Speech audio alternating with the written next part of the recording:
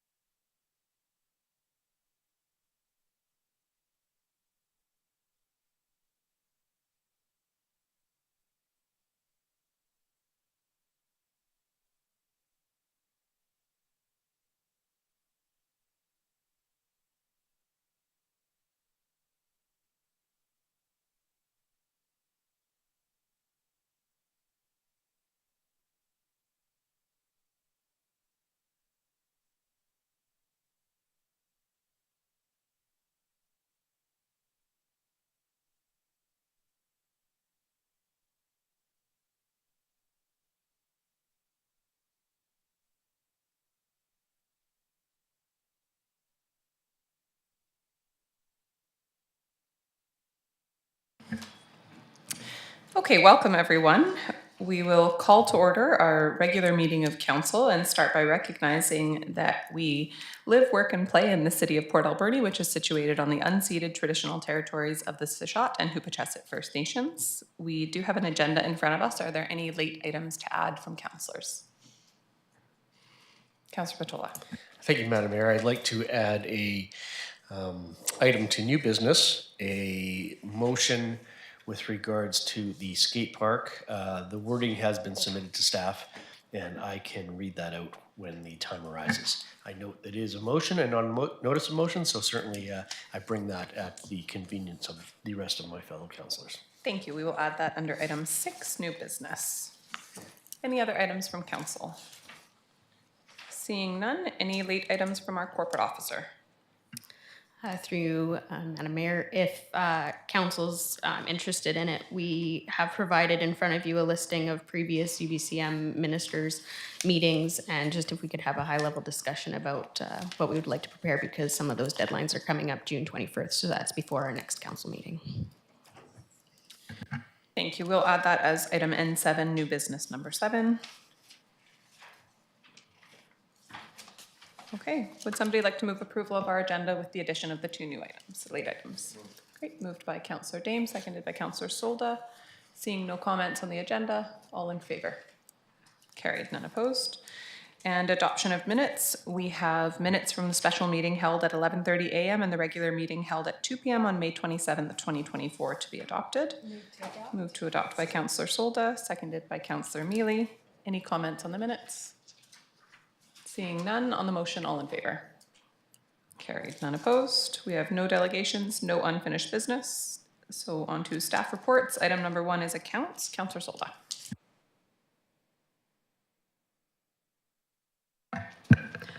Thank you. Madam Mayor, I move that the certification of the Director of Finance dated June 10th, 2024 be received and checks numbered 154966 to 155095 and inclusive in payment of accounts totaling $968,985.47 be approved. Thank you. Moved by Councillor Solda, seconded by Councillor Mealy. Any comments or questions? Seeing none, on the motion, all in favor? Carried, none opposed.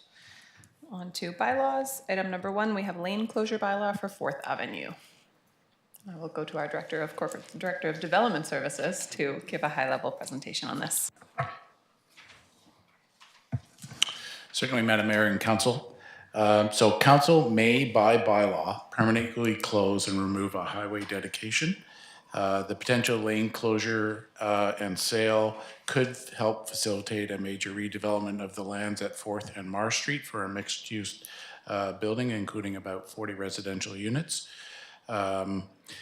Council has given 3 readings of this bylaw on May 13th.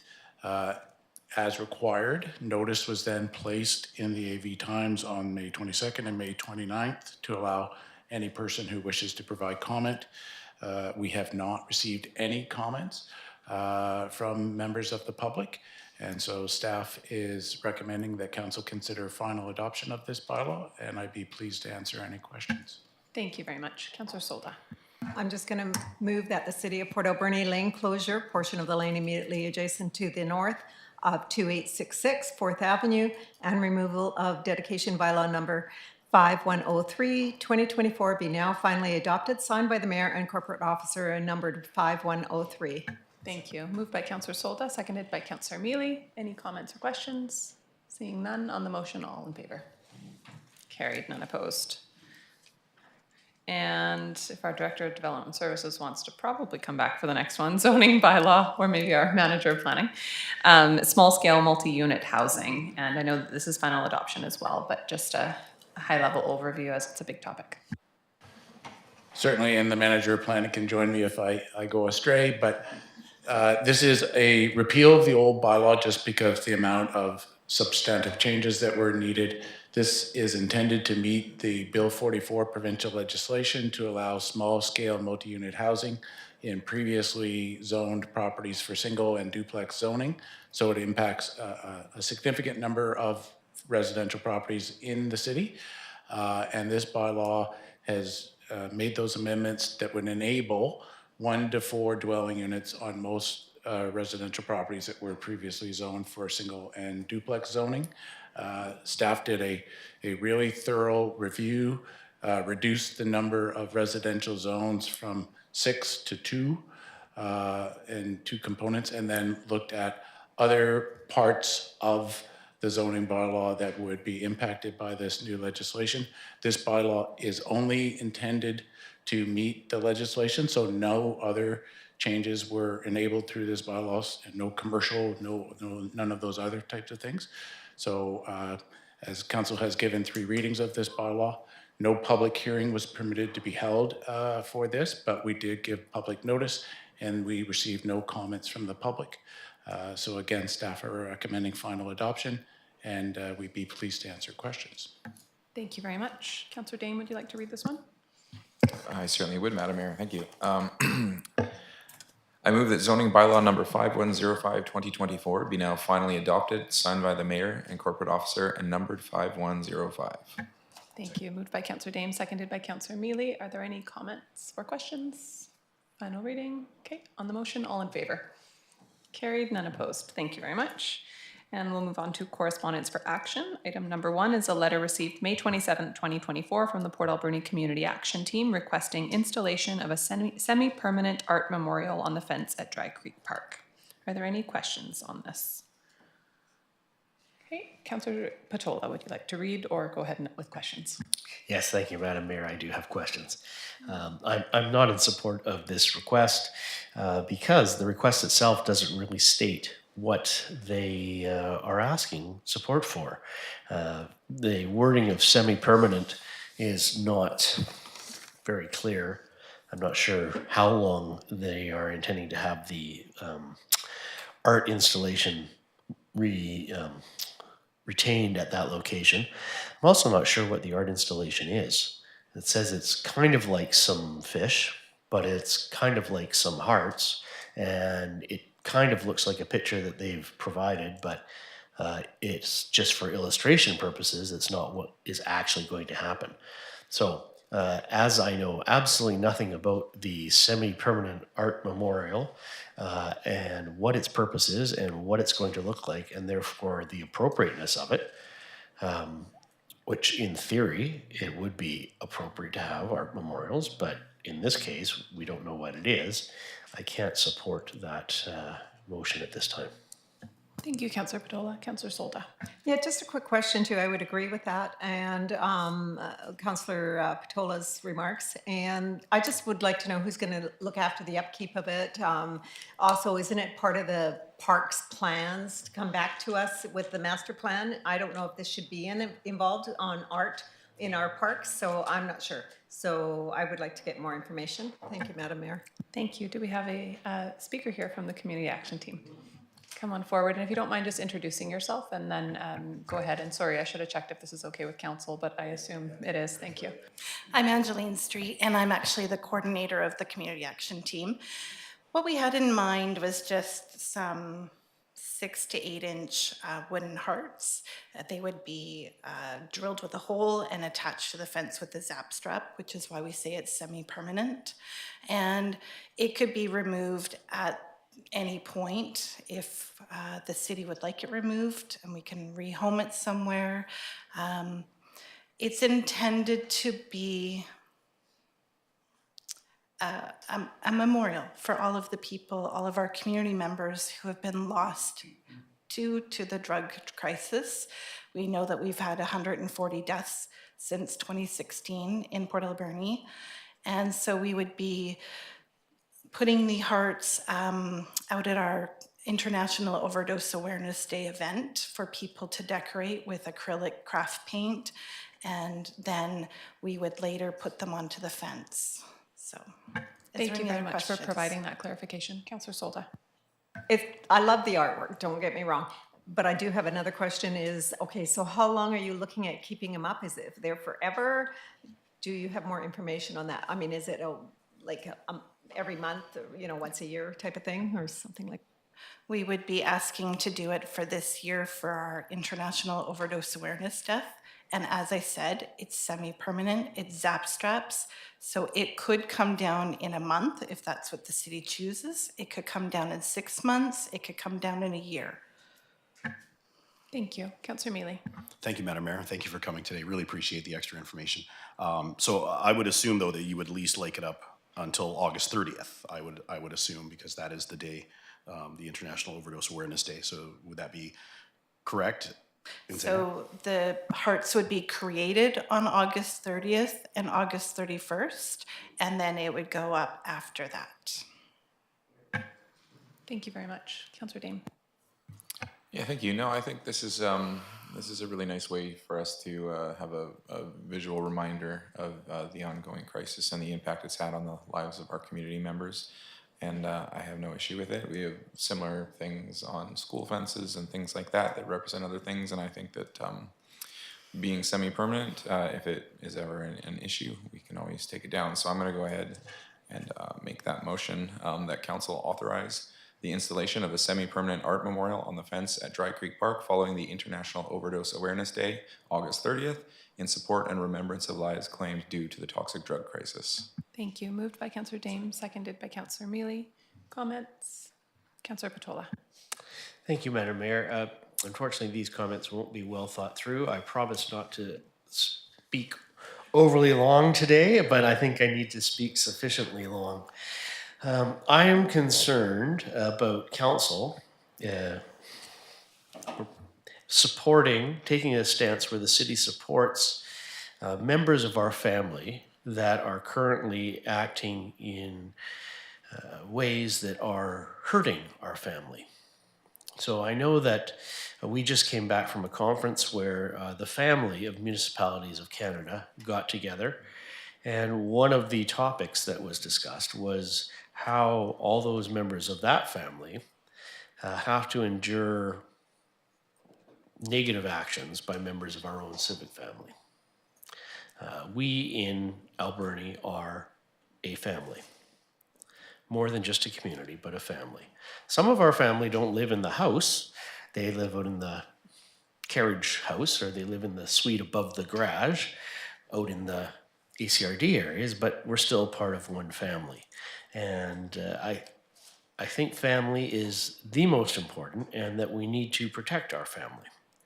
And when individuals act, or when anybody does something that is harmful to the family, I think we need to correct that action.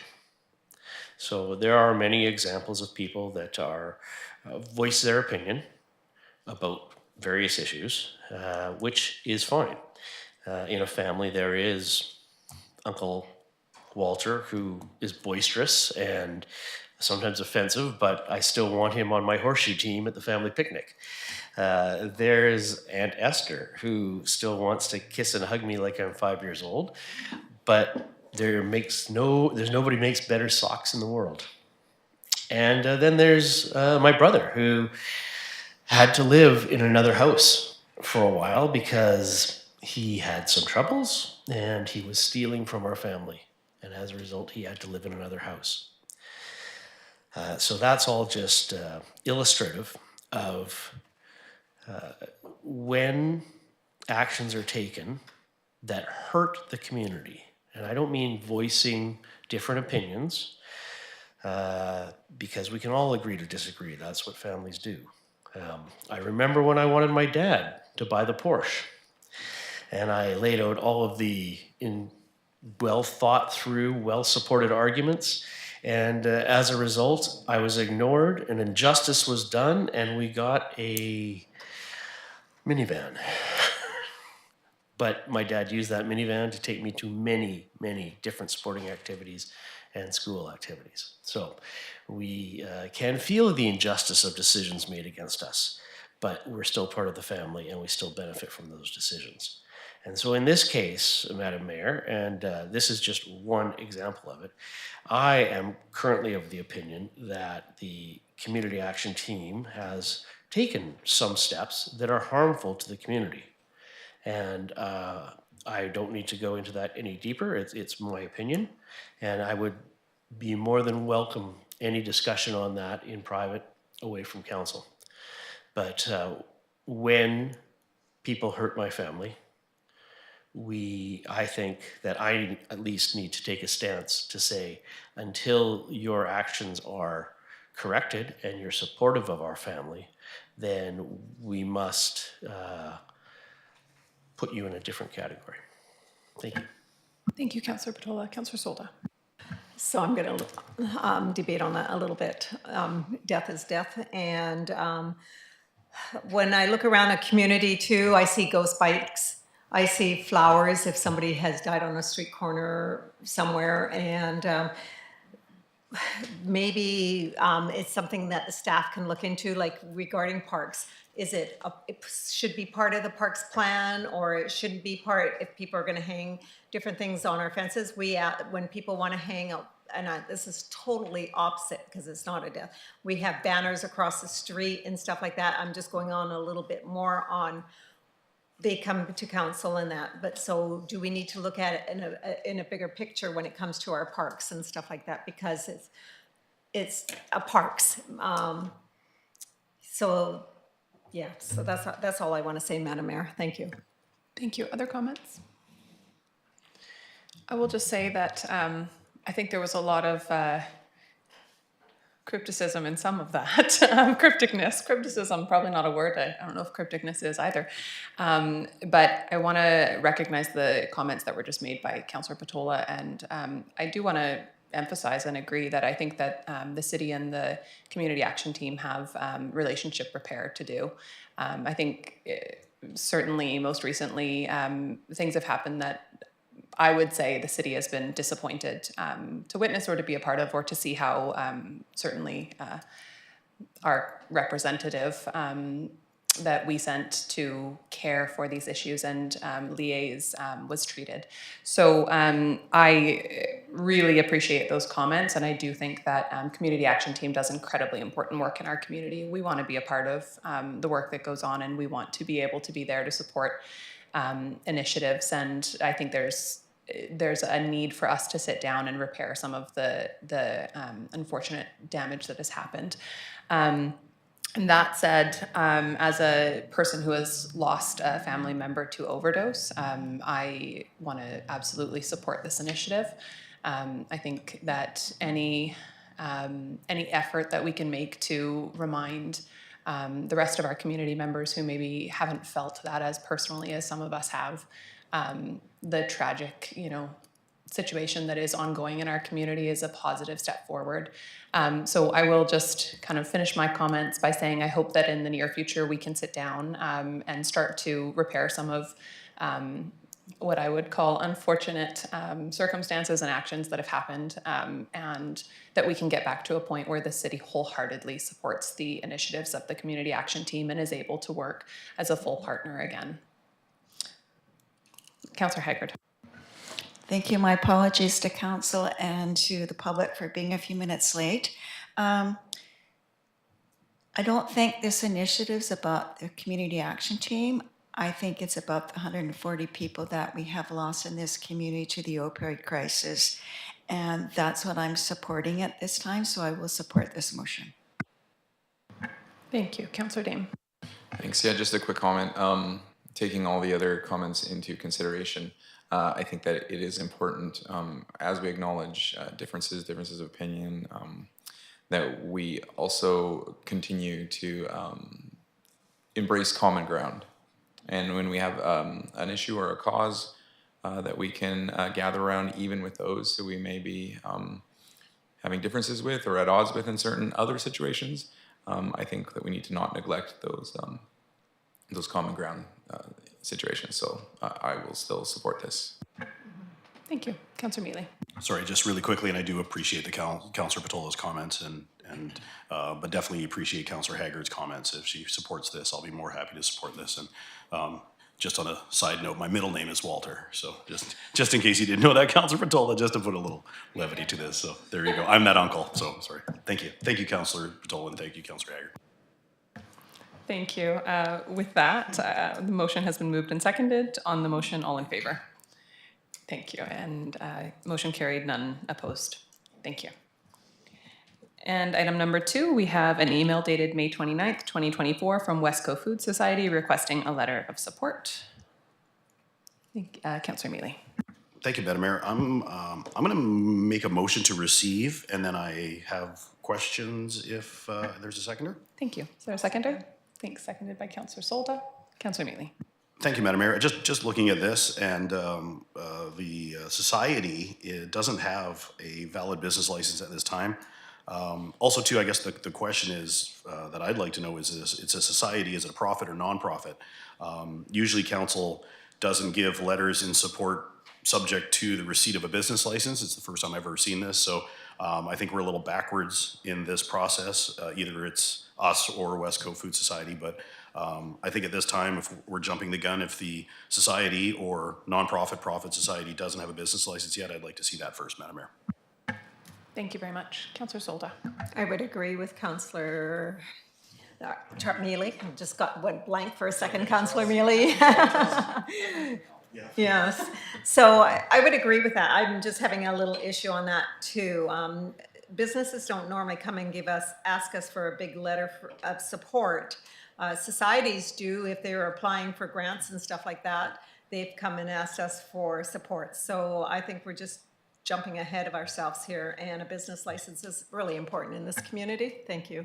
Thank you. Councillor Haggard.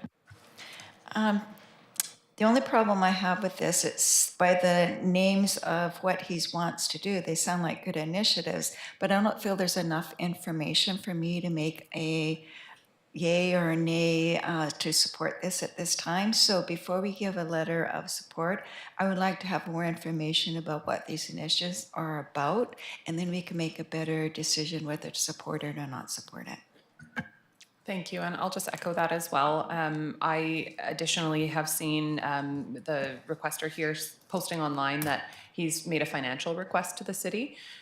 So I think that there's a lot of uncertainty in what we're actually being asked for. I did click the more information link here, and my questions weren't really answered. So I think this is the type of initiative that we absolutely want to support. I think we need to just make sure that before we give blanket support to a project that may be very vague, we want to make sure we know exactly what our letter of support is for. So I would support a motion to receive at this time and encourage the requester to come back and make a request when he has a more kind of formalized approach of what he's looking for. Okay, not seeing any additional comments on the motion to receive. All in favor? Carried, none opposed. Proclamations. Item number 1, we have a letter received May 27th, 2024 from Port Alberni Community Action Team requesting a proclamation.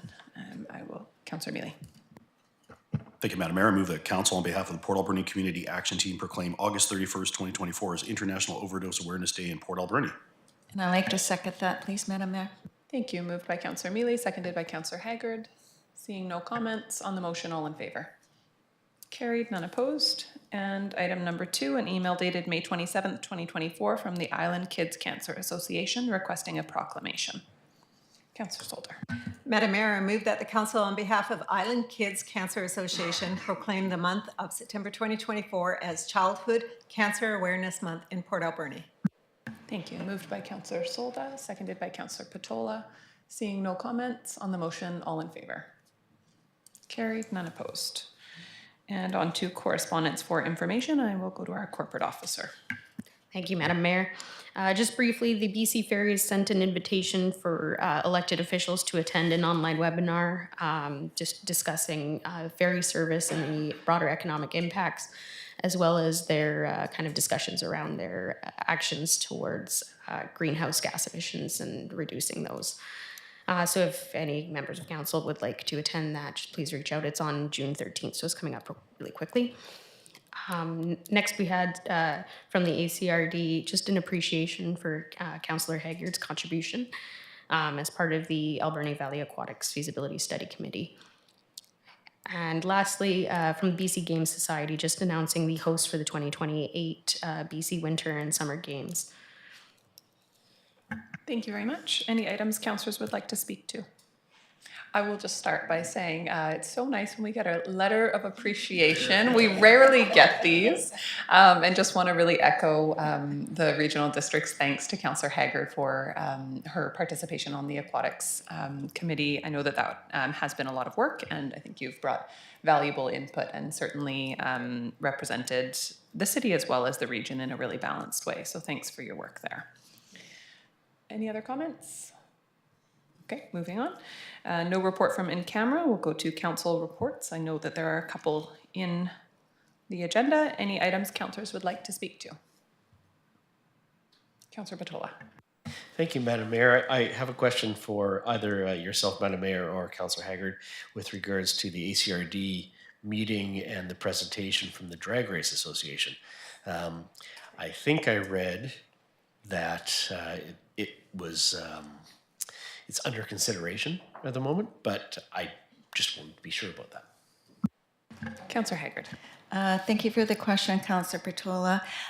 They made a presentation to the board, but we feel, and our CAO is currently working with the Drag Racing Association. It was felt by both parties that it was too soon to make a decision for this year, so they're working towards coming up to a workable solution for next year. Thank you. Okay. Motion to receive council reports and council and regional district reports from Councillor Mealy, seconded by Councillor Dame. On the motion, all in favor? Carried, none opposed. On to new business. First item of new business is Echo Aquatic Center study notice of motion from May 27, 2024. And I'm not sure who made this notice of motion. Councillor Solda. I feel like I could have guessed that. Go ahead. You know me too well.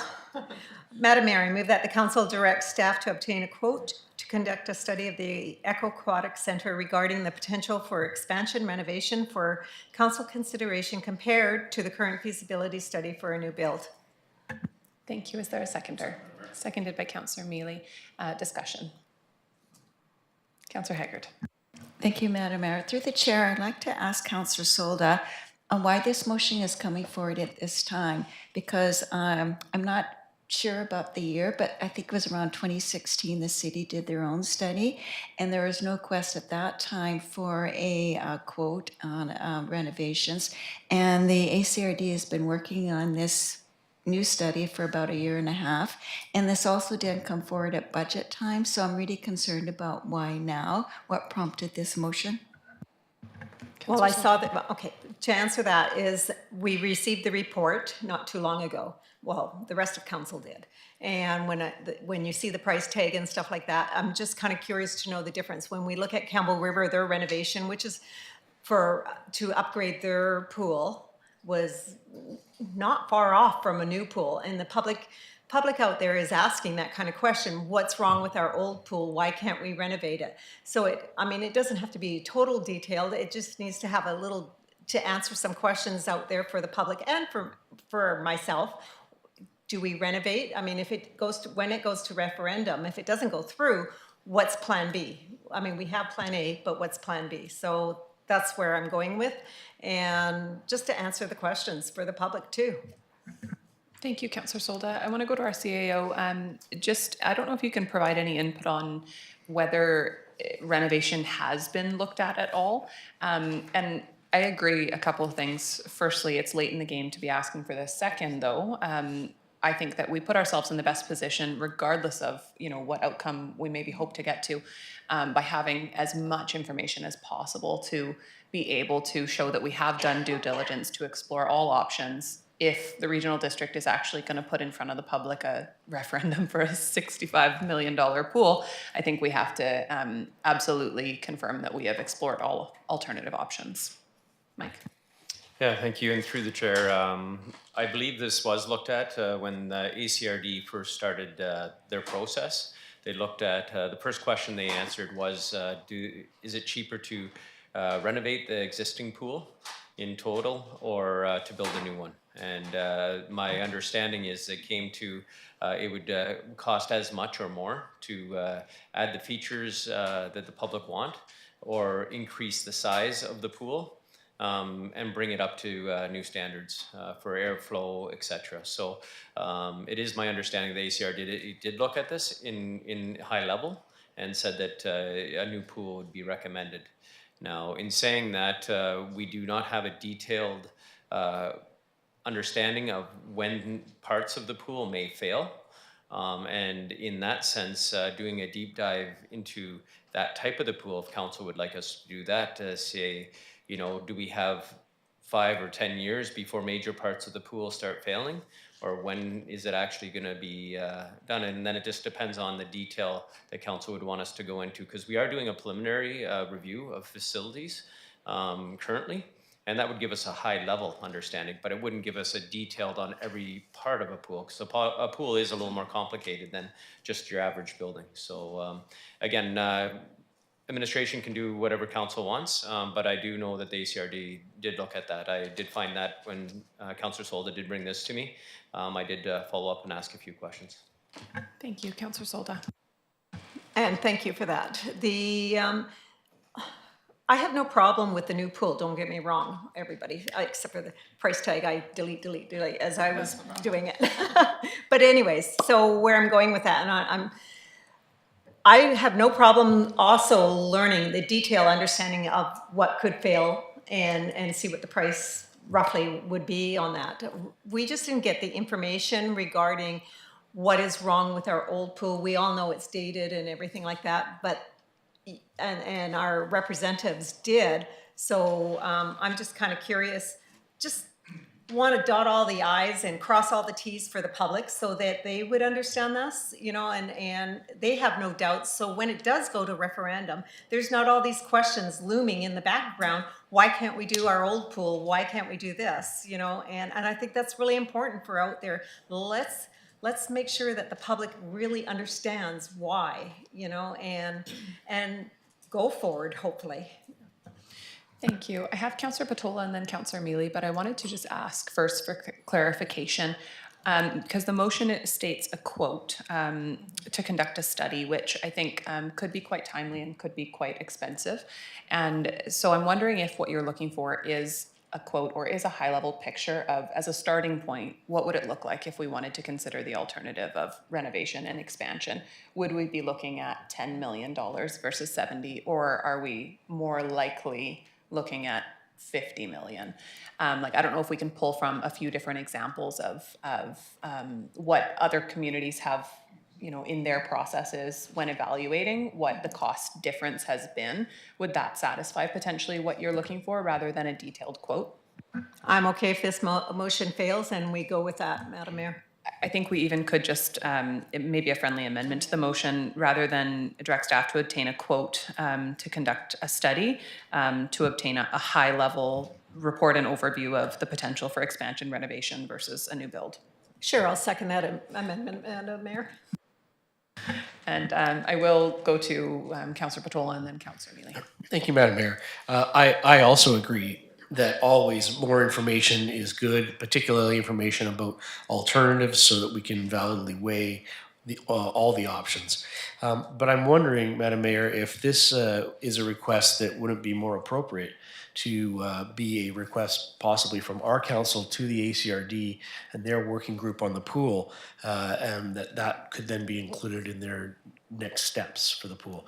It seems to me that if the city jumps in on a project that isn't our project, it might confabulate some of the authorities. Thanks.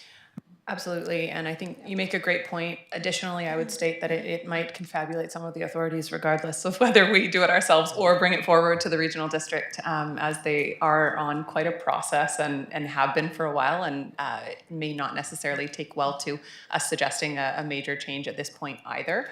That said, if this motion passes, I would suggest that myself and Councillor Hagood could take it to the regional district board or even to the chair for a conversation first to determine where most appropriate this work would lie, if that's okay with council. Councillor Solda. And I'm okay with that, as long as we do our due diligence, just to answer the questions that the public has, you know, and just cross those T's and dot the I's. I'm good. Thank you. Councillor Mealy. Thank you, Madam Mayor. So let's see if we can figure this out here, where we're at. So if we're talking about the amendment, if I'm not mistaken, I just heard from our CAO, we're gonna get a high-level study done through the facilities, am I not? So, and I apologize, so just because if we're gonna get that high level and go, yeah, is this park gonna be good in for 5 years or 10 years? Then I don't see the motion or the amendment being necessary at this point. We just let staff continue on. The other side of the coin would be a little bit of history too. So prior to 2008, before the lands were swapped for the high school, part of the expansion itself, and this is, well, almost 20 years ago now, but part of the expansion itself was to go to the north side of the pool into Penny Lane. And half of Penny Lane was taken for the school. So I guess logistically, if we are to look at that, and I'm talking, we've got time before the ACRD does their work, but if we're looking at doing something at the pool, how is it gonna look? Well, what it really does look like is expanding to the north and taking out probably a lot more trees and a disc golf course. So, okay, well, I apologize, that's my take on it, because that's what I remember when staff came to us and said, this is the expansion, before the high school was moved and all that, so that's why. So, again, I go back to what I heard from the CAO and what the amendment is talking about, and I think it's the same thing.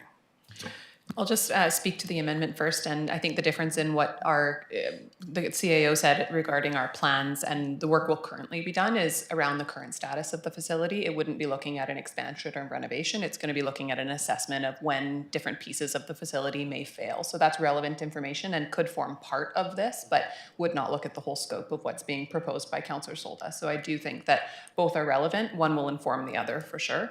And Councillor Solda, I think we're going to just agree that our preference would be no loss of trees. But I just want to clarify too that I was there when this was presented in the back pass there. Some of the trees would have been taken down, but not a lot. It was like maybe 4 or 5 type of trees that they were going to, with the expansion. Just wanted to clarify that because we had this big discussion back in the day. thank you. Councillor Haggard. Thank you, Madam Mayor. I did not support the original motion because I don't want to spend a lot of money on another study.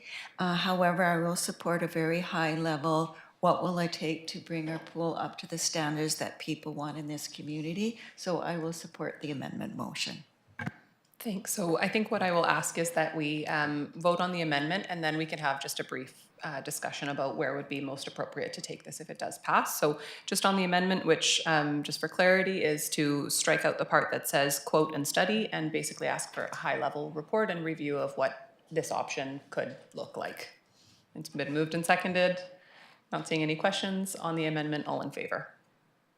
Carried, none opposed. And then on the main motion, would council be supportive of, prior to us directing staff, starting by having a conversation with the ACRD to ask if it is something that would fit within the scope of them taking on still, or building off the information that they may already have?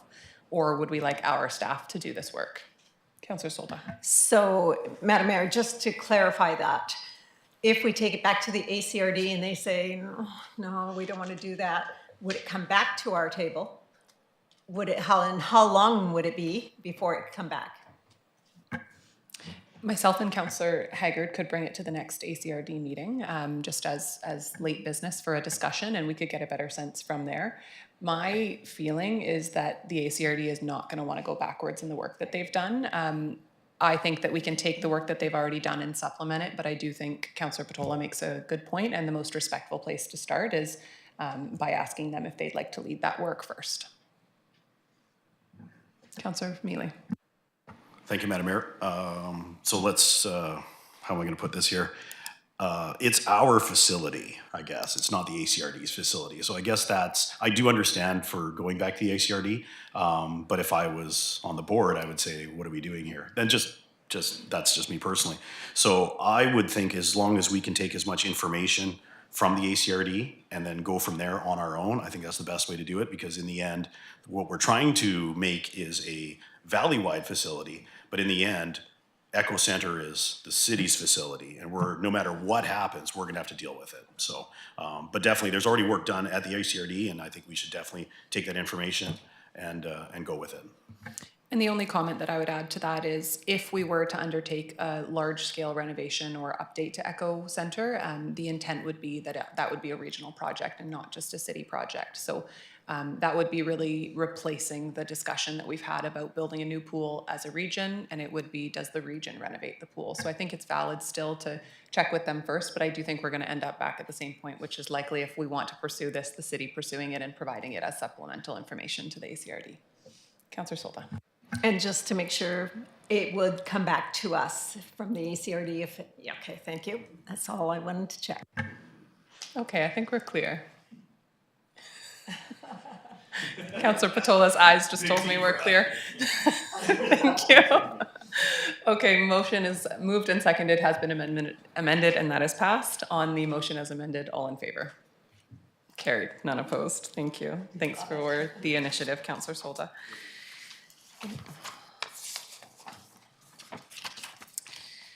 Item number 2, under new business, we have potential uses of the existing Roland Arts Center building on 8th Avenue.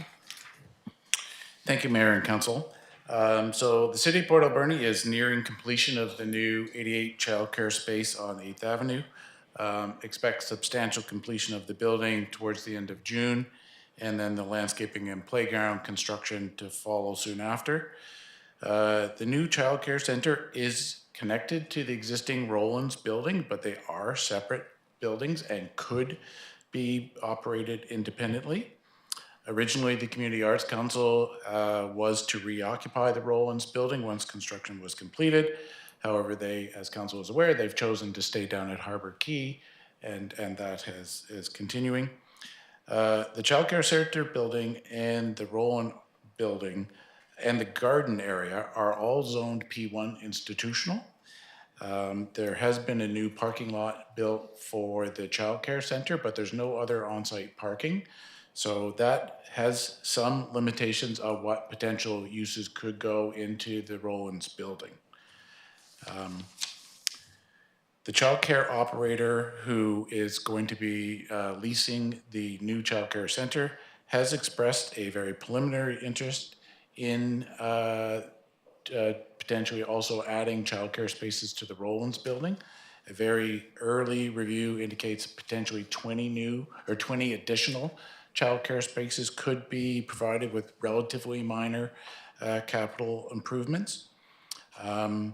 If council was to support us having further discussions with the childcare operator, staff would work on a detailed capital plan and a revised lease. And also, based on some recent discussions with the province, we feel that there's a good opportunity to receive additional grant funding to do any renovations to that space for childcare spaces.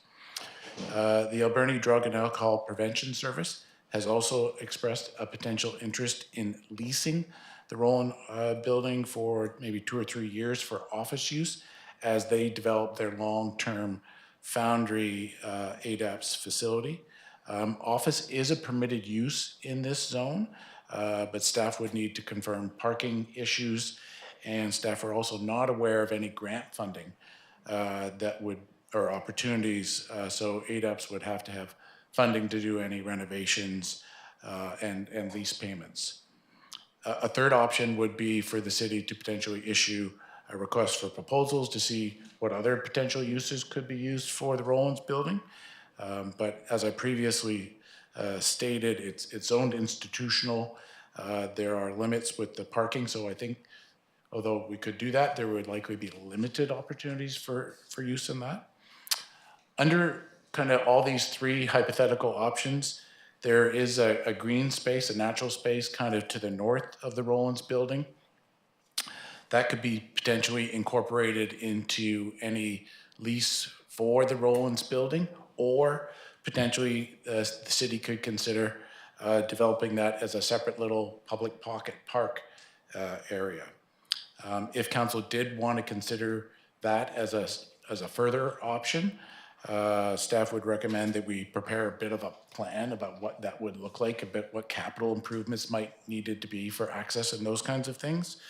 And our Parks Department did do a very preliminary estimate that even, regardless of the capital cost, there'd be some operational costs of around $27,000 a year to just maintain that as a public park space. Any of these options are preliminary, and you're just giving direction to staff, so something would definitely need to come back to council. But staff is recommending option 1 to have further discussions with the childcare operators to potentially look at further childcare spaces in the Rollins building. And again, I'd be pleased to answer questions of council. Thank you very much. I've got Councillor Solda and then Councillor Haggard. Madam Mayor, I really do like the idea of a long-term lease with the childcare spaces, and the other part is I don't mind about the gardens going if the childcare spaces can handle that. But then again, who's going to upkeep it if it was leased to? Is it going to be the city's responsibility, or will it be the childcare space looking after it?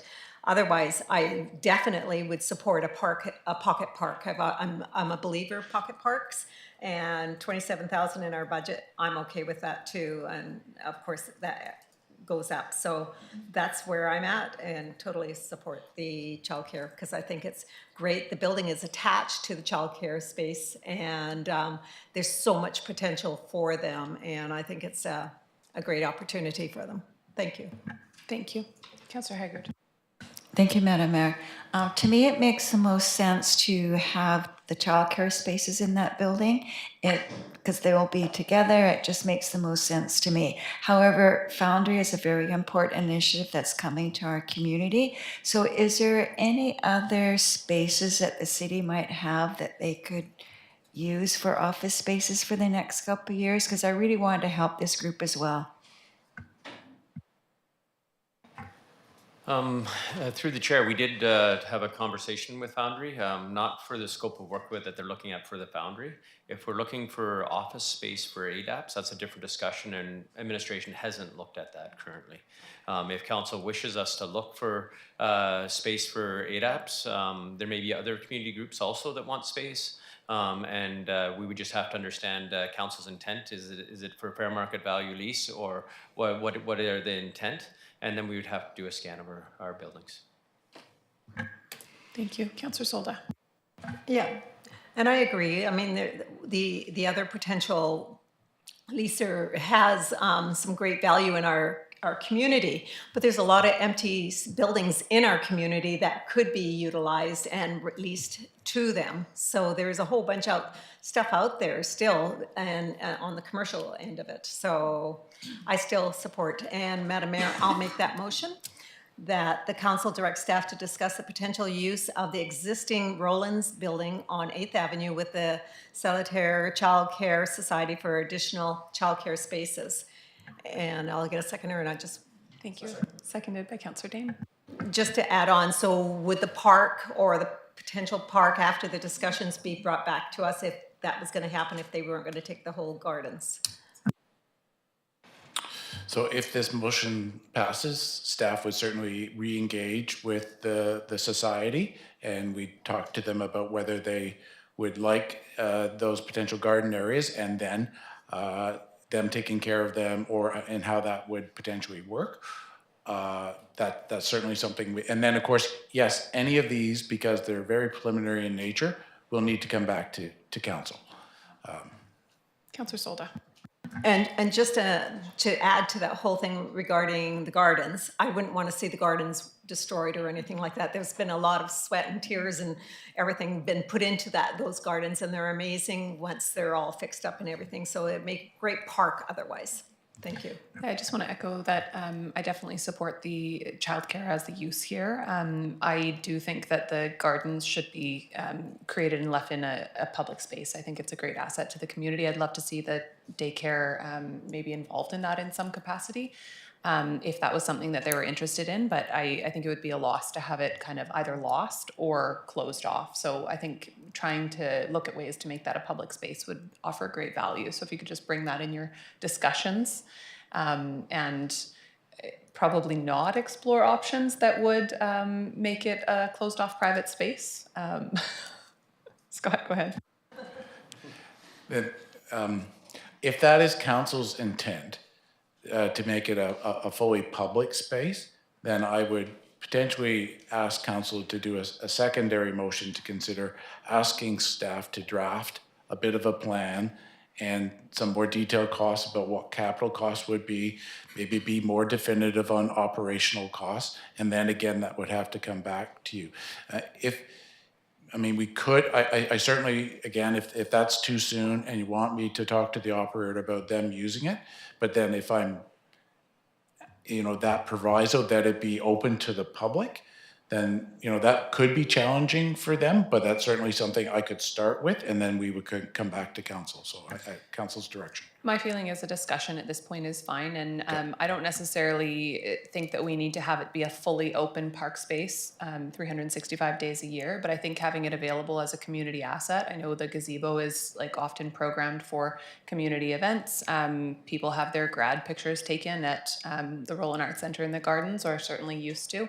I think that being able to work with the provider to have it be that type of space that's available at times of year, if not all the time, are just conversations we should be having at this point. I think it's an area that adds value to the community. I don't think we need any further direction from here, just keeping that in mind. And if it comes back to us and there's a solution, or they're not interested, or all of that, we can go from there. Yep. Mike? Through the chair, and as the director of Development Services moves forward with his discussions with the child care, we would develop something for it to come to budget for 2025 on either capital or operating. So council would get a full chance to discuss additional service of a new park. Thank you. Okay, motion is moved and seconded. On the motion, all in favor? Carried, none opposed. Madam Mayor, may I say something before we move on? Absolutely. Do we need a motion to ask staff to continue working with ADAPS to find suitable office space for Foundry, or can we just ask them to continue working with them? CEO. Through the chair, I believe our staff is working with ADAPS. ADAPS has identified a different building in town, and we continue to support them. We understand that council is fully supportive of this foundation and has asked us that in a previous resolution, so we're aware of it and we'll continue to work with them. Thank you. Thank you. Then moving on to item number 3, we have 5170 Argyle Street Port Pub revised remedial action order, and I will go to our Director of Corporate Services. Thank you, Madam Mayor. Just as an overview, in January of this year, an initial remedial action order was issued, basically is laying out a number of conditions that the owner had to fulfill in order to bring this property back into compliance with building codes, fire codes, and our bylaws as far as unsightly premises go. And we've received no comments from the owners. We've seen, obviously, there's no action been done there either. And in response to that, the city undertook to kind of understand the remediation costs, a sampling within the building that led to the results of a hazardous materials being found within the building, and the city no longer being able to hold the fire watch for that building. And therefore, the fire order was put on it, and the tenants were evacuated as such. And within that, then the city is looking at implementing this remedial action order to kind of upgrading it to a demolition as opposed to just the remediation that was required in the initial order, just to deal with these hazardous materials and due to the inaction of the owner itself. So this new order outlines that demolition as the primary action. If the owner receives notice of this following this meeting, whatever the direction of council is, they have 14 days to kind of appeal that order and 30 days to take action to get a demolition permit. And if no action has been taken by the owner, then the city will go in and undertake those remediation through demolition. Thank you very much. I'm going to go to council questions, and then we don't normally take questions from the public at this point in time. However, I wonder if council wants to permit a question following our questions. Okay. Okay, so I will come to you in a moment. Thanks. Okay, questions or comments from council to get started. Councillor Haggard. Thank you, Madam Mayor. I know there's been some concerns from the community about how the city has dealt with this very difficult and very sad situation, but I think we have to place the blame right on the province. I don't like to blame other people, but ministry employees were not allowed to be in that building, but yet they paid the owner of the building for tenants to live there. That makes absolutely no sense. So I do know that we have a meeting with our MLA in a couple of weeks, and I hope that's going to be an agenda item that we can talk to about this situation and hopefully start to work with the province to at least have minimum standards when they're paying rent for people. Absolutely. Councillor Solda.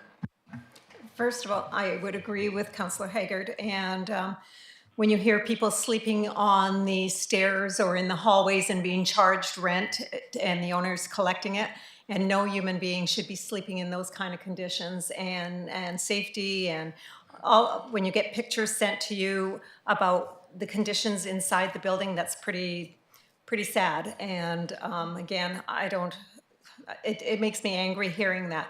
But I also want to say thank you to all the service groups that were involved in moving out the residents. Everybody that choose to have a place are placed, and some have permanent residents now. Some have gone to organizations who are feeding them 3 times a day, and they're warm and they're dry and the roof's not ready to collapse. And I think that's amazing. And just thank you to all the service groups that were involved. Thank you. So I have a couple of questions. I think first, could we have more information on recommendation for demolition versus remediation? And I know that there was some contained within the report, but could you go over some of the costs and how that or where that recommendation has come from? Through the chair, to demo a building, currently we would be reusing some of the existing structure to compensate for some of the demolition. It is an older building. There are beams that we may be able to salvage, but we would also have to make sure that remediate all the hazardous materials, whether it's asbestos, lead, or others. Again, we don't have a full understanding. So again, all costs are about a Class C, and then we put in about a 15% contingency on that. To get the quote on to remediate the building, we had a professional architect and engineer go into the building and provide those costs. Again, there's some unknowns in there, but again, that would total around 900,000 plus to remediate the building, where that could cause, if the owner didn't do the remediation or come back and pay the city, it could go up for tax sale. If the city was not successful in the tax sale to get somebody to pay the full cost, it could be an undue hardship on the residents of Port Alberni. So we are already around 200,000 in money already spent on the building. So if we did spend another around 200,000 to demo the building, it is more in the ballpark of trying to remediate or receive back the amount of funding that has been put into the building. I know that one of the neighboring properties did sell not too long ago for around the 400,000 mark, and so we believe that as administration, that is the safest way to move forward on remediating the building without undue hardship put on the taxpayer. Again, it is sad that the city has been put into this situation. Again, we have limited tools that are in our toolbox as a municipality, and we are an agent of the province. So I think the lessons learned out of this situation is we need to come up with a better plan with the province and the service providers to make sure that we don't get into the situation again. Yeah, and I'll just echo that. This is not the first remedial action order that the city has had on the Port Pub building. This is the second in the time that I've been on council, and the first one we saw minimal improvement, but we did see some improvement that the owner did pursue following our remedial action order. I think the really disappointing piece here is that we have not seen any action from the owner. I'd like to ask about the current status of the tenants, and I do know that when the tenants were evacuated from the building, housing was found for each of the tenants. However, I am aware that that is maybe not currently the case, so we will go to the speaker in the audience following this. But what have we heard from service groups to date? Is there still sufficient access to some type of housing? Is there not? And I think just trying to get a picture of what type of situation we're actually in terms of having alternative safe spaces for the people who were residing in that building. Through the chair, I know that we have been in touch with the province and BC Housing. I know that some of the tenants were found residents, some were offered shelter. But also I think that it's a complex situation. Some of the tenants had pets. That ends up being hard because a lot of places don't accept pets. So again, where housing isn't in the realm of municipality, we have been working with the province and the service providers to try and find those places. I do not have a current number though on how many people are housed, how many people are staying at the shelter or using different services. I don't have that information. Thank you. And I've also heard recently that there are additional sleeping pods for the tiny home village that are ready to go. Do we have confirmation on those being activated yet? And do we know how many there are? Through the chair, I believe there is 6 or 7, but I don't believe we've received the architect drawings to allow the building inspectors to approve or ask for some changes. So the city is waiting to receive that. As soon as we receive the application, we will expediently get on that. Thank you. Are there other questions from council? Councillor Solda. Madam Mayor, I'm just kind of curious to know through yourself to the CAO regarding the tax sale. A lot of people think that we're interested in it. Like somebody else can take it down and they can look at when it goes through a tax auction.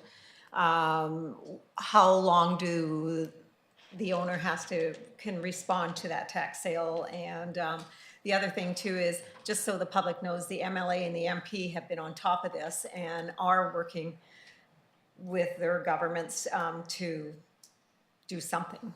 So I'll just pass that on. Through the chair, yes. I believe there's lots of interest at the provincial level in this situation and trying to find out a solution to what is going on. About the first question was, I forgot it here. Oh, right, the tax auction. So once if we demo the building and we take the building down, then it would still be in the ownership of the owner. The charges would be put against the property, which then somebody that purchased the property would have to pay. So chances are at a tax auction, that would be roughly the price that somebody would put in for the property if they felt the value was there. Then the owner, I believe, has up to a year after that to pay for any improvements to the land and the cost back to the person, I believe, plus interest. But I would have to verify that. There is legislation that the city would follow. Again, the city isn't trying to make money on any property like this. We are trying to break even. So then the taxpayer isn't paying for a private piece of land that needed to be remediated. Madam Mayor, I just want to thank staff for being on top of this and really helping move forward. Thank you. Thank you. And the final question that I have is, have we asked BC Housing to purchase and remediate and then own and hold long-term this building? And I think that as much as I think many people in the community would like to see this building torn down, because we have seen the slow degradation of the building, the quality of life that the tenants who live in the building have, and just the general challenges that have come with it. I think that what we know in certainty is that people have lost their homes, and that although we are building more affordable and supportive housing, that housing is not going to come overnight. So I do want to, echo the words that have been said about the service providers, that I know that there has been a great effort to find people homes, but as indicated, sometimes those homes are shelters and not homes, and people were taken from homes.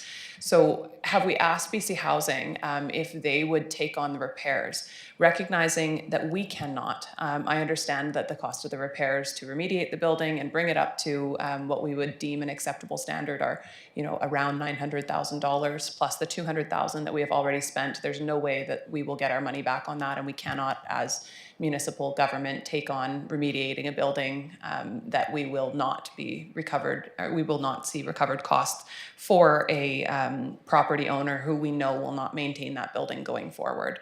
But can we force the sale of the building to BC Housing? Can we expropriate the building if we need to? That's a legal question. I can't ask it in this meeting, but I probably know the answer. And have we asked BC Housing if they would take this project on as probably the quickest solution to actually having homes for the people who were living there prior? Thanks for the question. We have requested a meeting with BC Housing on this property the day that we lost the fire watch. That meeting has yet to been set up, but we are working to set that meeting up. At that meeting, we could ask that. Again, it would be, I believe the Port Pub is listed currently for sale. So that would indicate to me that the owner may be open to selling it. Again, that's outside of our jurisdiction. Are there other tools that we can look at? Yes, but we daily continue to incur costs on this, and that's why administration is recommending to council the remedial action order with demolition in it.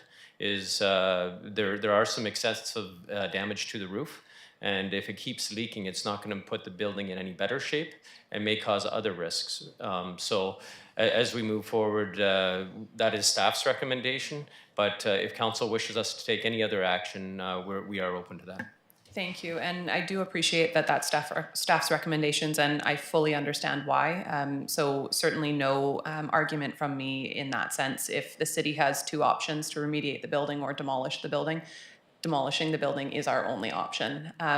I just wonder, and I'm sorry for not bringing this up prior to this. As you know, I was away when this all happened, and I know we've been working on it for quite some time, but over the last few days, I've heard personal situations of a few residents of that building who were housed temporarily, who have lost that housing, and who ultimately, I think we can all understand, who ultimately do not want to be housed in a shelter, but want to be housed in their homes. So while I do know that the community perspective is probably largely in favor of tearing the building down, I think it's our responsibility as local leaders to explore every option before we demolish a building that, while in horrible, horrible condition that we do not want people to be living in, is the long-term homes of many residents of our community. So I keep saying my final question, but I keep coming up with more.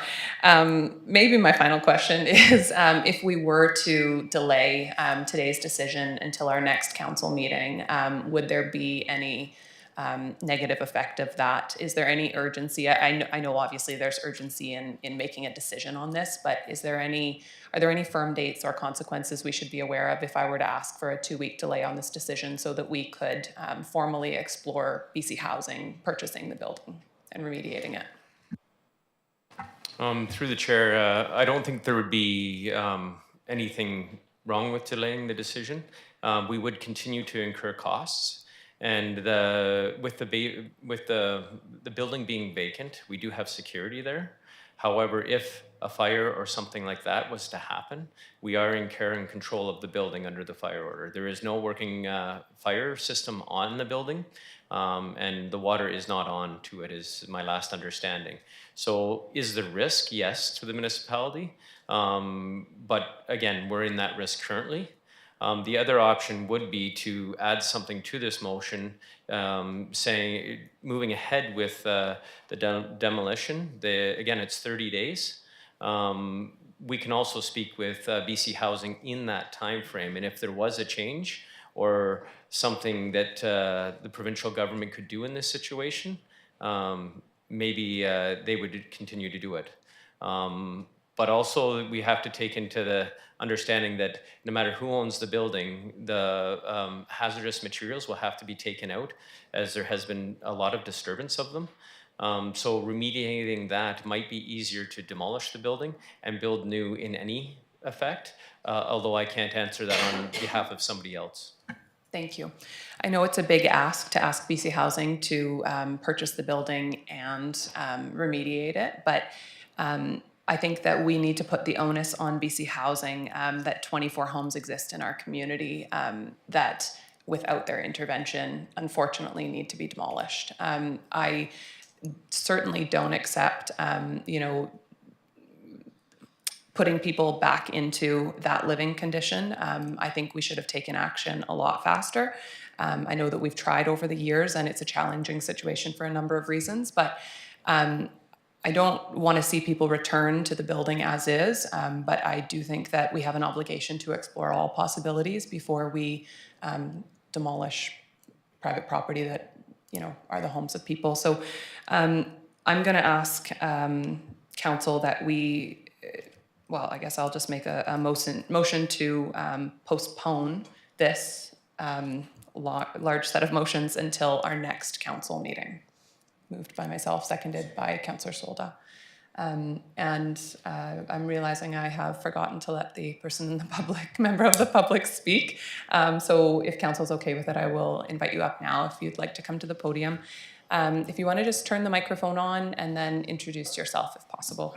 Hello, my name is Kelly Murphy. I've been a long-term resident of Port Alberni, and I know the current situation of the Port pub. A lot of the residents there are friends of mine.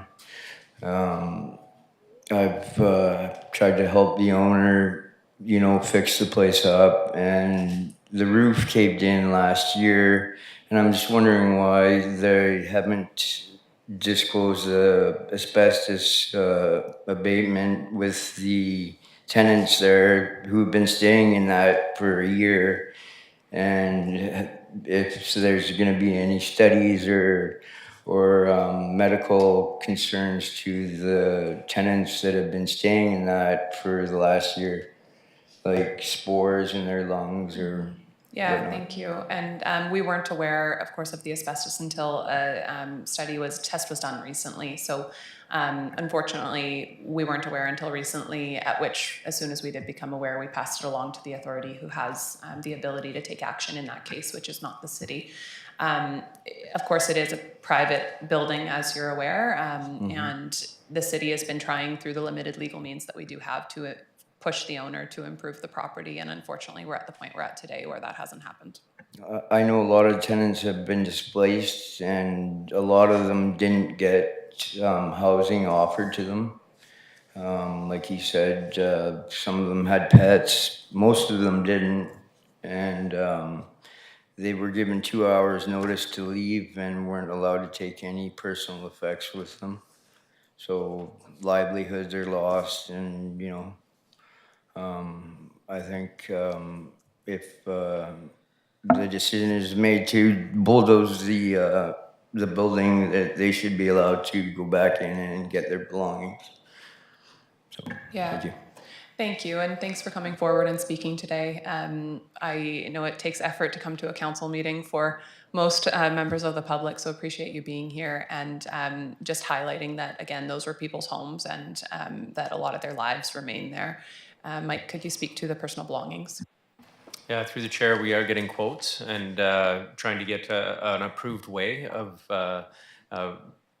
bringing out all the belongings of there and then finding out whose the belongings are. So we are working on that. It is a little more complicated now that it has been identified as hazardous substance in the building, but we are coming for, so that would be another cost that will be put onto the building as well, but we are working to get the belongings out. Thank you very much.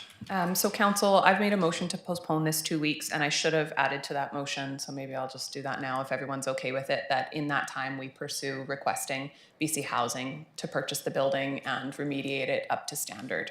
So if everyone's okay with that as the full motion. Councillor Haggard. Thank you. I'll support the motion, but I'm not an engineer, but I think the building is just too far gone to remediate. I would prefer that we encourage BC Housing to expedite immediate building of safe places for the people that have been displaced from that building. I think it'd be quicker and easier and much more cost effective. Thank you, Councillor Haggard. Councillor Solda. And I would agree, but I'm supporting this motion and I second it because there's always hope. So the other thing too is BC Housing, as well as, which is part of the provincial government in the long run, have bought old hotels and renovated and other buildings. So maybe they'll do this, who knows? Thank you. Thank you. Okay, Councillor Dane. Sorry, thank you, Madam Mayor. I did have a question. So as the tenants' rents are being paid to BC Housing, and forgive me if this was answered earlier and I missed it, but and continues to be, is that correct? Yeah, and I think it would, do you mean to the Port Pub? Yes. I think as like effective no more, will Port Pub continue to get rents? Mike? Through the chair, that is out of the city's jurisdiction. That would be a question for the province and the proper authorities. Again, we don't know how many people were being paid. We don't keep those stats. We aren't privy to that information. The city responsibility on this building was trying to make sure that it had fire suppression, and then and that the building was remediated to a standard that people could still live in it. So again, there's a lot of things that the city is outside of our jurisdiction, and where and who is paying the rent to a private landlord is outside of our jurisdiction. Councillor Dane.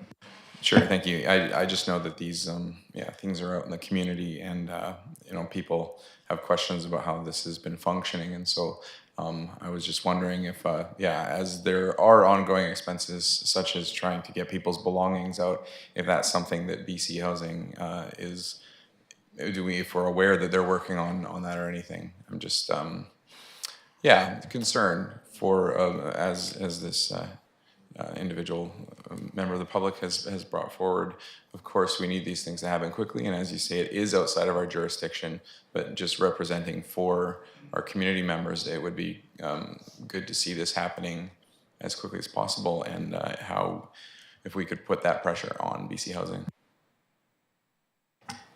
Through the chair, we would love the province to take the bill for lots of what we're doing here. However, we're trying to come up with a plan to get people back their belongings as soon as possible. If somebody finds a house and currently can't furnish it or put other things in it, we want them to have their belongings. So if we have to incur some costs, we will incur some costs in the short term. Will we continue to talk with BC Housing and other levels of government? We will. Thank you. And just to note that it's not BC Housing that would be responsible for paying those rents directly. It is a different ministry. However, I do think it's important to note as well that last year at UBCM, the city of Port Alberni put forward a resolution to the ministry responsible, which I cannot remember the name of, Ministry of Social something, and that we did ask that where rents are being paid to private landlord, that the province ensure a minimum standard is being met, because we're all aware in our community of a different building where significant rents were being paid from the province to a private landlord, where several of the tenants didn't even have running water, and the ministry continued to pay that landlord. So this is a challenge for sure. I would not be shocked, but incredibly disappointed if rents are continuing to go to that landlord. That is a massive problem, and I haven't heard that, but it's certainly something that we can follow up with the province on. Again, not in our jurisdiction, but something that we can reach out and add our voice to. Thanks. Sorry, I'm going to go to Councillor Batola and then Councillor Haggard. Thank you, Madam Mayor. fully agree with all the comments that have been made, particularly with regards to senior government's responsibilities. And it's because of those comments I fall on the other side of the coin and think that it would be best to pass the motion as stated. It does provide a 14-day period for the owner to ask for reconsideration, and demolition doesn't start for 30 days. So there certainly is time period in there for senior government to become involved in a different way than they have so far. And I think that that time period as set out in under the community charter puts equal pressure on both the owner and senior government. So totally in agreement, as we often are. The approach that I think might be more efficient is to go with the motion instead of postponing. But either way, we do agree. Thank you, and appreciate that. And I think we're trying to get to the same thing, which is safe, accessible housing for the people in our community. My worry would be if we put the order for demolition, we've made the decision, and I think it is easier for the province to take no action because they would be going against really the will of the city. So my preference is to put pressure on them prior, let them know we have this pending decision coming and that we would like them to intervene. But I agree that the other option, the other way of moving forward would give the opportunity as well. I will go to Councillor Haggard and then Councillor Solda. Thank you, Madam Mayor. I was wondering if we could add to this, if BC Housing is not willing to remediate the building, or if it's not, they find out it's not cost effective, if we strongly encourage and work with them to build housing as quickly as possible for the people who've been displaced. Absolutely, and we do have current projects underway with BC Housing that would be probably reasonably in line with the level of housing that would be appropriate. So we can continue to put that emphasis on, but I would imagine those projects are 2 years out. So, you know, we can push them to do it faster, but faster for a new build is still gonna be 1.5 years, if not longer. So in my mind, like this renovation and improvement of the building could happen significantly quicker than waiting on a new build. Councillor Solda.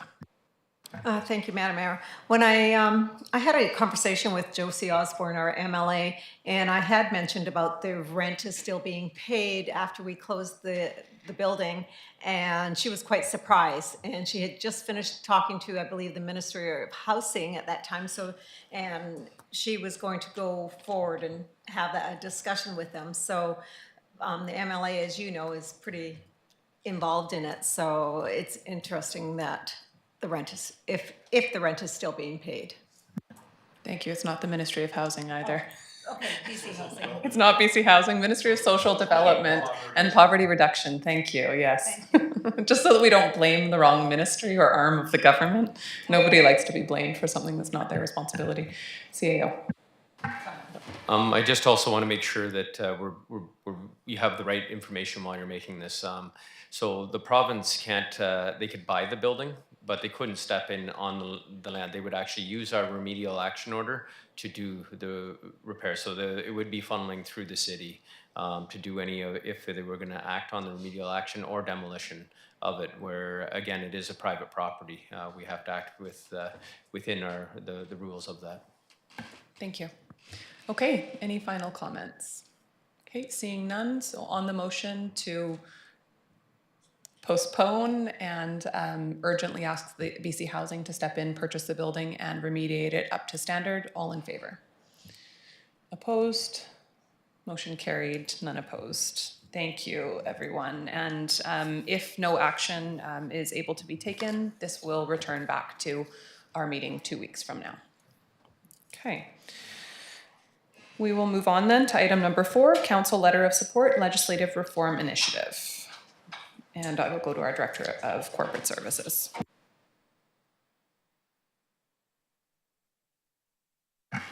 Thank you, Madam Mayor. This is a initiative from, or really led by the RDN in conjunction with a number of other regional districts, requesting municipalities to support them in a bid to have UBCM generate a working group to review and provide recommendations for reform of the Local Government Act. So the request itself is fairly simple, just to support that working group being brought together and started. But what administration is recommending is that not only should council consider being involved in this process, but also when or if council decides to be involved, that they should also consider a lens of making sure that any changes obviously support the interests of Port Alberni or other urbans.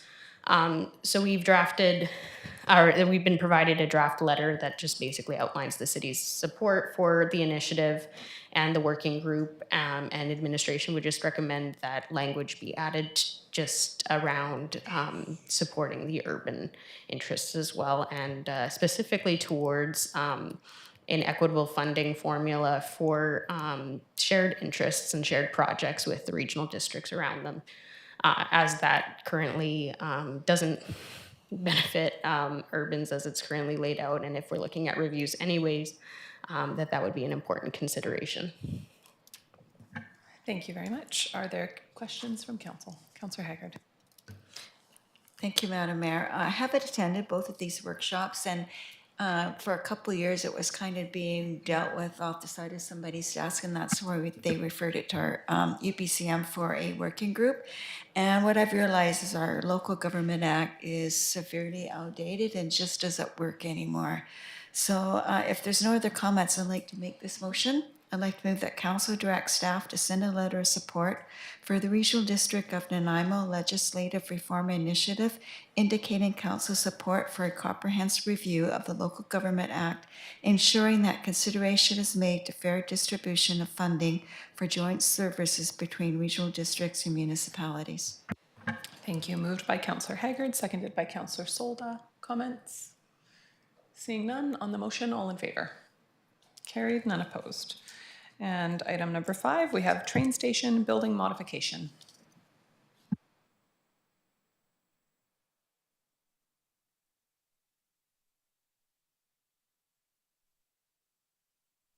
Thank you, Madam Mayor. The train station is owned by the city, of course, and is our sole designated heritage site here in Port Alberni. So as outlined in bylaw 3963, a council resolution is required prior to altering any portions of the exterior of a heritage site. So at the August 14th, 2023 regular meeting, council passed a motion to proceed with an installation of one exterior door to enable access for the tenant, who is of course now Twin City Brewing. And so Twin City Brewing has recently confirmed that a second exterior door is required on the location. So one door would facilitate entry into the kitchen area for deliveries, and the other would access the walk-in cooler. So Twin City Brewing would be responsible for all of this proposed work on the exterior doors, so there's no financial implication to the city for this work. The Heritage Commission recently confirmed their support of this work, and staff are recommending to council today that you direct staff to proceed with installing the second door. Thank you. Councillor Mealy. Point of order, apologies. I should have mentioned sooner. I have been recusing myself from this issue, and I'm going to do that better late than never. So thank you. For the reason that I have a personal relationship involved with this project.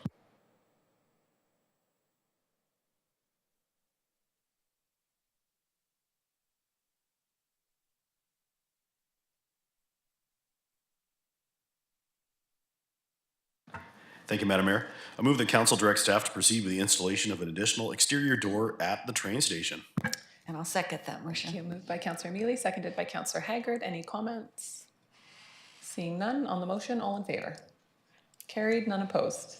Thank you. Somebody can gather Councillor Dane.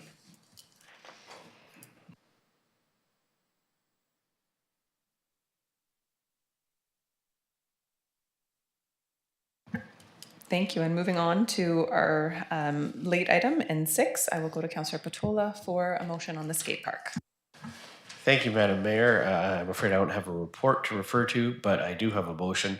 And Madam Mayor, I move that council direct administration to prepare and submit an application for the skate park, pump track, and skills track at the current existing location of the skate park for any grants available and bring it back to council if a motion is required by the grant. Thank you. I will second. Would you like to speak to that? Well, it's just, I think I speak colloquially to say it's time. We this council and previous councils have been successful in moving this city forward with amenities that one would expect in a city of our size, and certainly that better a city of our size. Our skate park is the oldest in BC, and it does not meet the needs of those who skate. So given that this is a Olympically recognized sport, I think it is important for the city and the community to pull together and provide good, healthy recreation for youth and for families, as it turns out. And the sooner we can move on it, the better. It's, as we wait on this, children get older and then miss out on their childhood. Thank you. And I'll just add to that by saying at FCM this weekend, a number of our council members and our CAO were in Calgary for the Federation of Canadian Municipalities, and a big topic of conversation was some recreation grants that may be available. The City of Port Alberni has been incredibly successful with grants over the last few years, and I think a piece of that is we don't always wait for a project to be 100% ready before we submit for an opportunity of a grant. But rather we look at the projects that we have designated as priorities in our community, and we pursue opportunities as they come. It sounds like there may be a grant opportunity at this point in time that would suit the adventure park, and I think that if that is the case and we're able to submit and take advantage of an opportunity, I would love to see this built in our community. So we don't have a full report, and I just ask council for a bit of patience and understanding that we do have a lot of information on the skate park and adventure park, and that's been presented to council at least 3 times over the last few years. But we didn't have a grant opportunity at the time. If we were to pursue a grant and be eligible for it and submit, it would come back to council so that there would be full transparency on any matching funds that we would need to contribute.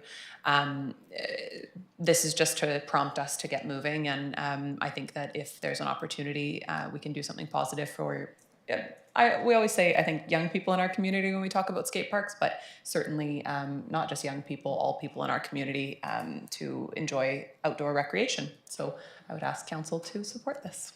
Councillor Mealy, and then Councillor Dame, and then Councillor Solda.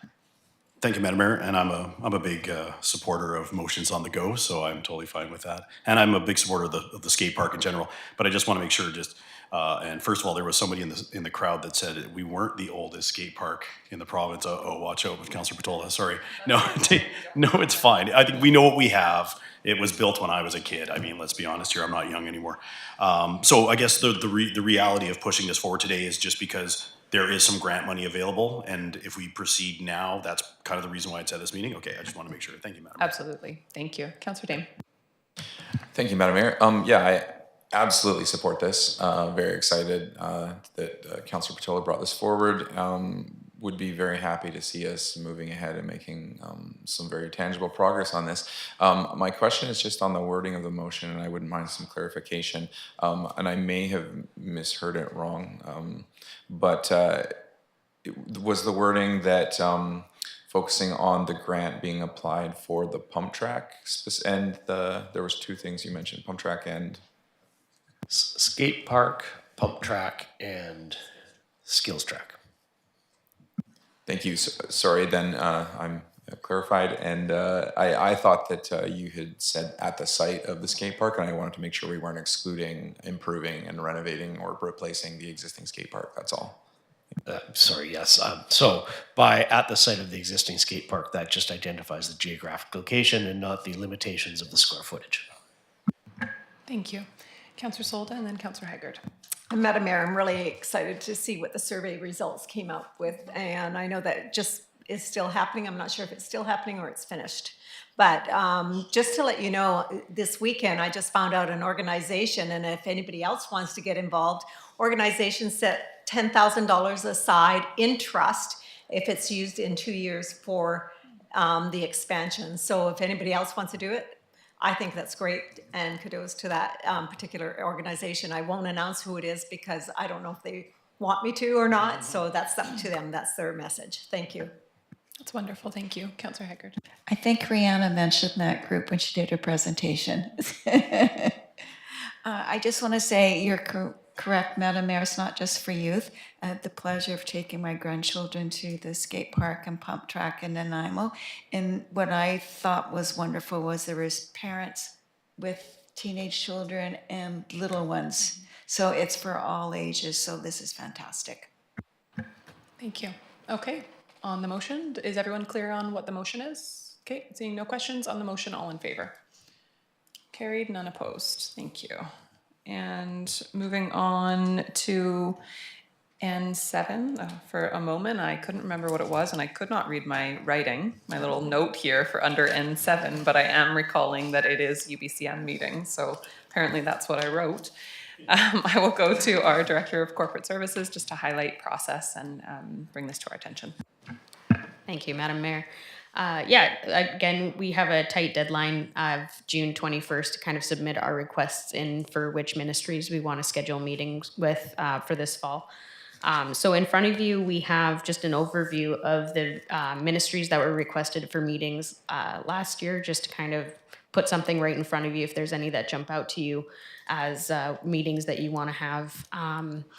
We would obviously prefer some sort of direction from council at this point to go ahead with scheduling those meetings. I think there's clearly a few, but what we would kind of lack at this time is specific direction, I guess, on what we want to meet with those ministers about.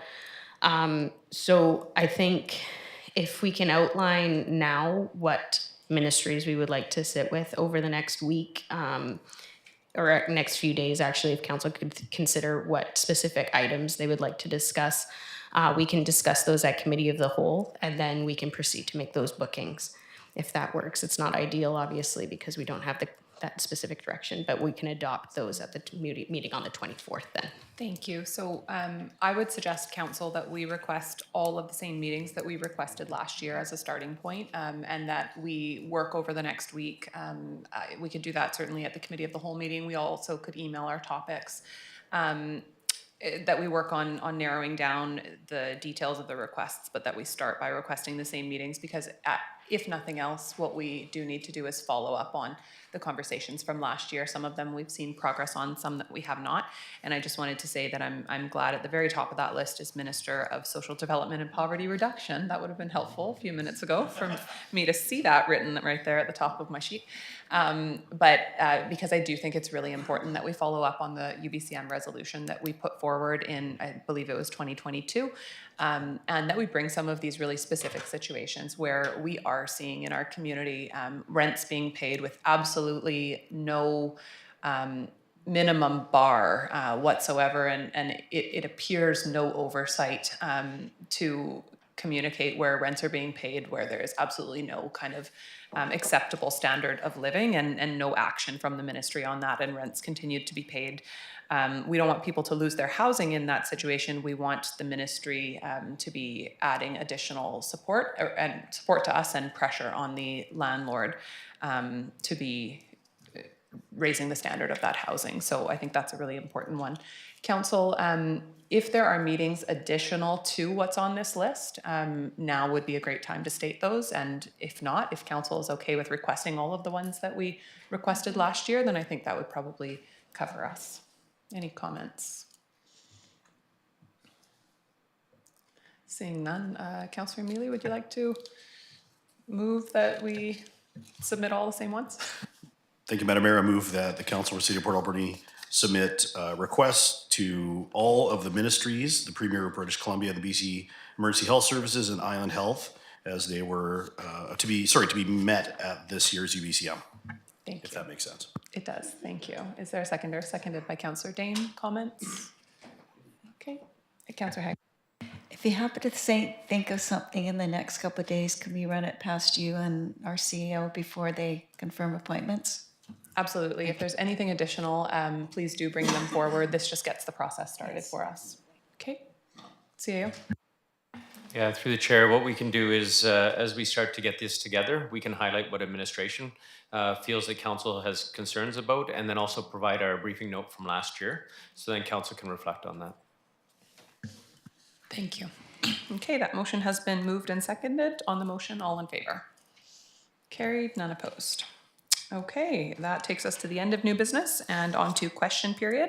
This is an opportunity for members of the public to ask questions of council on decisions or recommendations made during the course of this meeting. A maximum of 3 questions are permitted per speaker, and for anyone participating electronically, please use the raise your hand feature. Is there anybody who would like to ask a question today?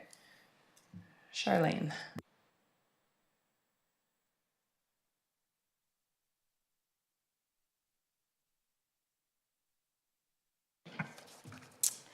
That was really nice what you did with that gentleman that was here. You were very polite and very heartwarming. So, okay, now for the,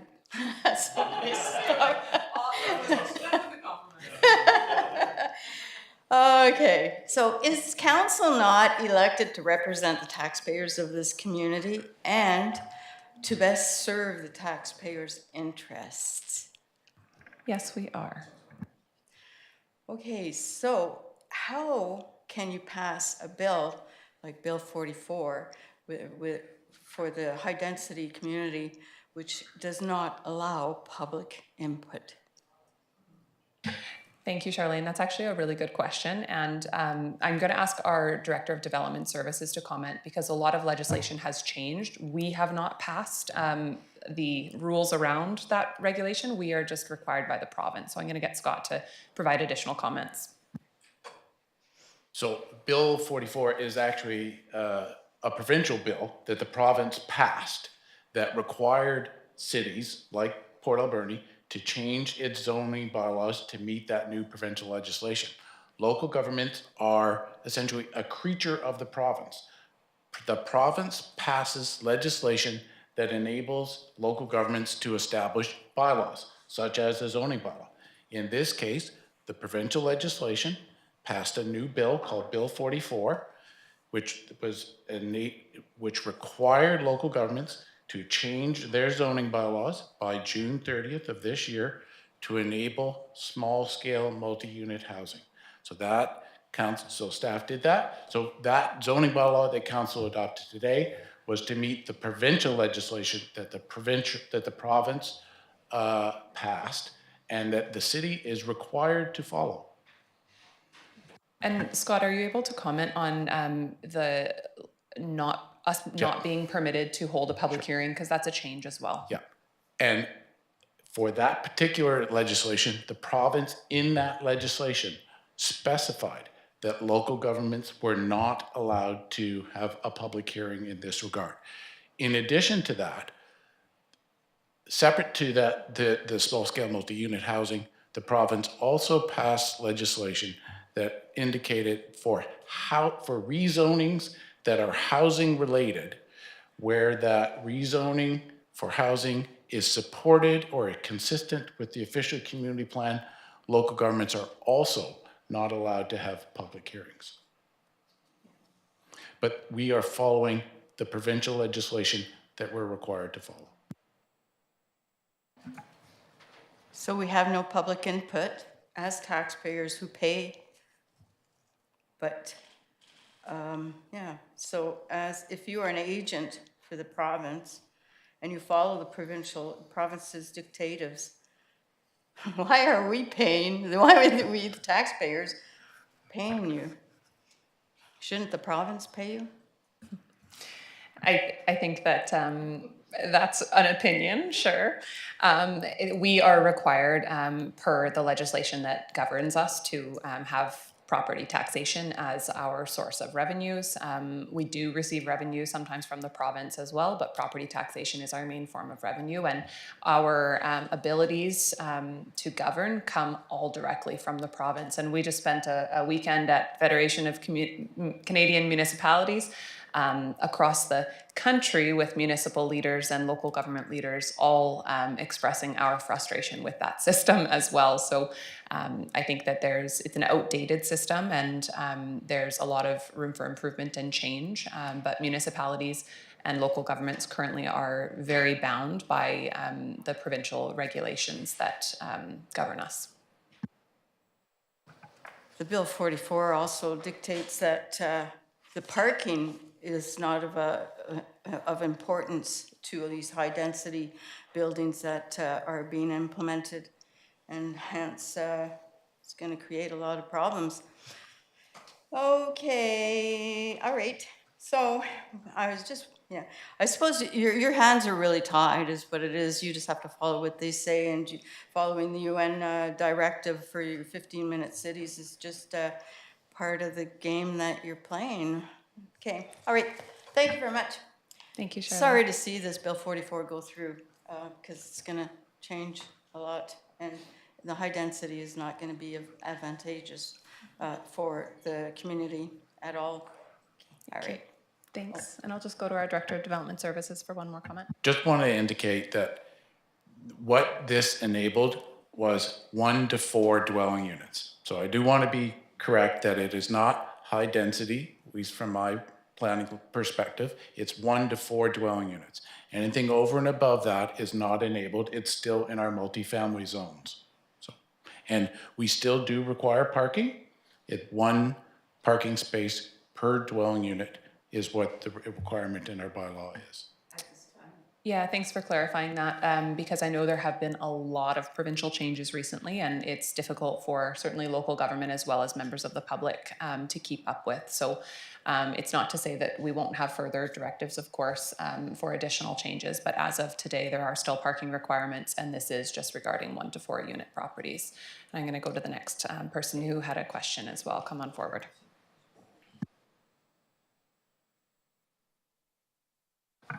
Thank you. I'm Angeline again. It's not a question. I wanted to say thank you to the council and Madam Mayor for allowing me to answer the questions to our earlier request. And I really appreciate you supporting us. I'd also sent out an email to all of the councillors and Madam Mayor inviting you to our Living Library event, which is next week. To hear the voices of people who have been affected by the toxic overdose crisis. So I'm hoping that we can get some of you and as many community members as we can to come and hear those powerful and impactful stories. Thank you very much. Thank you. Are there any other members of the public who have questions today? Come on forward.